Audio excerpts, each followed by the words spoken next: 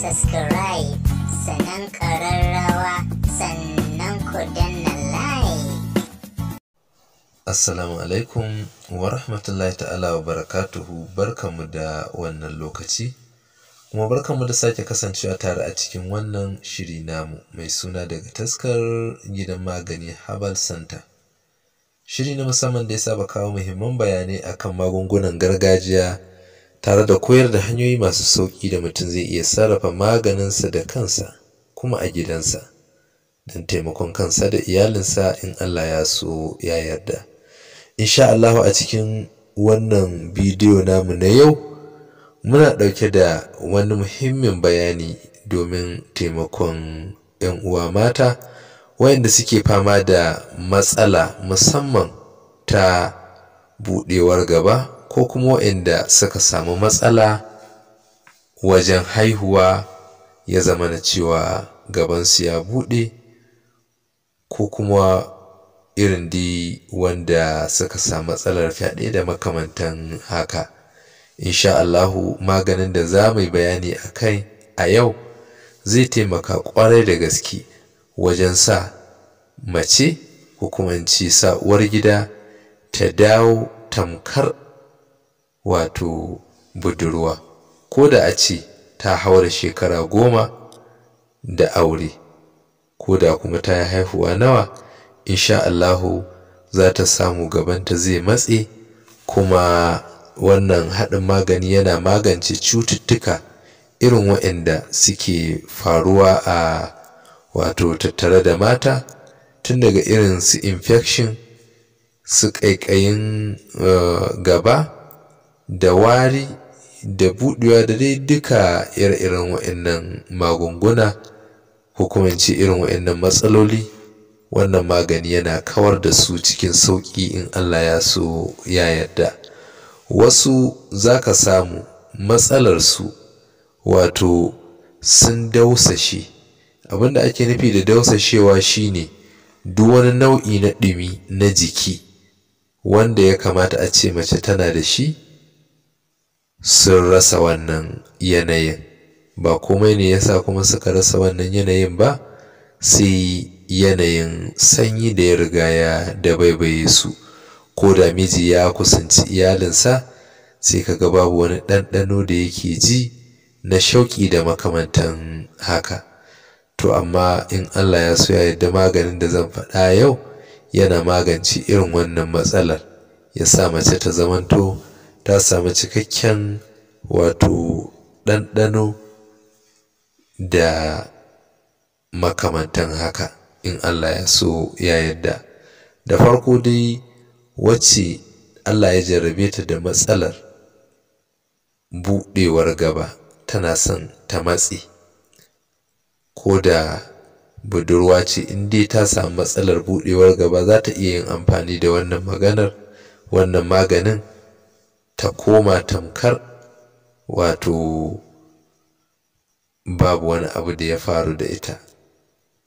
Haka matar aure za ta iya yin amfani da wannan maganin domin ta samu ta tsuki. Amma akwai wani sharaɗi: dukkanin macen da ba ta da aure matuƙar ba wata matsala ce ta faru da ita gabanta ya buɗe ba, kar ta yi amfani da wannan magani domin zai matse ta matsewar da idan ta yi aure kuma mijinta zai sha wahala kafin ya samu damar mu'amala da ita irin ta aure. Da farko abin da ake haɗa, zan faɗi magungunan kamar kala 2 ko 3 insha Allahu, wanda duk ya fiye miki sauƙin haɗawa ko kuma kai mai gida wanda ya fiye ma sauƙin haɗawa don ka haɗa wa matarka to sai ka ɗauka ka haɗa insha Allahu. Na farko yanda ake yi shine za a samu wato ganyen gwanda.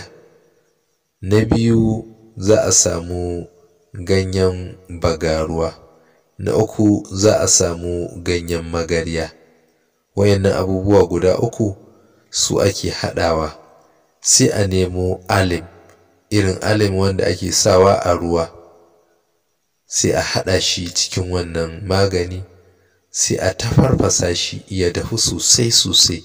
mace ta rika shiga ciki tana zama, ko kuma a samu auduga irin ta mata sai a wato tsoma ta cikin ruwan wannan maganin sai ta jiƙa sosai, ma'ana ga matan da suke da ƙiba kenan, wanda ba za su iya shiga cikin roba su zauna akan maganin ba. In suka tsoma audugar su zo su yi ƙunzugu da ita, su sa kamar kwatankwacin yadda suke sawa idan wato suna al'ada. In suka saka ta ya zama da ɗumi, da zaran ta huce sai a yi sauri sai a cire ta a jefar da ita, ta gama aikinta. Wannan maganin yana da ƙarfin tasiri wajen ƙara wa mace wato lizza da izinin Allah. Magani na biyu, shi kuma yadda ake haɗa shi, ana amfani da wato garin lalle, irin lalle wanda ake ƙunshi da shi. A tabbatar marar haɗi ne, wanda ba a haɗa shi da komai ba daga cikin irin abubuwan da ake haɗawa na sinadarai wanda suke sa lalle ka mutu. A tabbatar ba shi da haɗin komai. Sannan sai a nemo farar albasa tare da tsohuwar tsamiya. Sannan sai a samu 'ya'yan bagaruwa.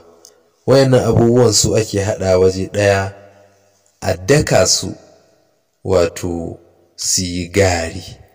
Ita farar albasa za a iya yanka ta a shanya ta ta bushe sannan a daka ta. In aka haɗa wannan magani suka zama gari, ana iya kwaɓawa da zuma. Mace za ta sa auduga a ciki, in ta ɗan lakata ƙaramar auduga, misali ba wai auduga ta mata ba, saɓanin wancan na baya. In aka sa zumar aka kwaɓa maganin da shi, sannan sai a samo kamar man zaitun sai a zuba a ciki, shi ma a juya a cakuɗa. Daga nan in aka samu 'yar auduga sai mace ta riƙa lakatar wannan magani tana sakawa a gabanta, ta matse shi bayan minti 10 ko 15 sai ta cire wannan auduga ta jefar da ita, ta gama aikinta. Amma wannan magani a tabbatar cewa idan za a haɗa, ba wai za a dawwama ana yawan yin sa bane ba. Idan kika yi kamar kwana 3 kina yi a jere, to ya zama na sai bayan kamar wata ɗaya za ki sake maimaitawa, saboda ba a son mace ta riƙa yawaita sa lalle a gabanta a koda wani lokaci.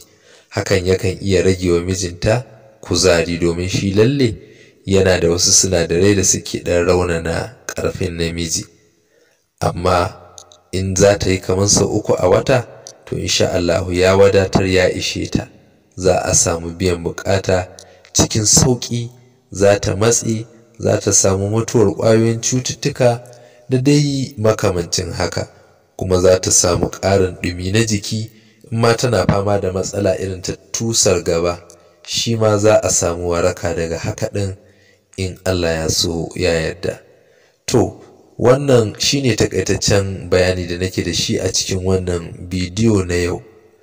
Zan takaita sai kuma wani lokacin idan Allah ya sake sada mu. Da haka nake cewa assalamu alaikum wa rahmatullahi ta'ala wa barakatuhu, sai mun sake haɗuwa.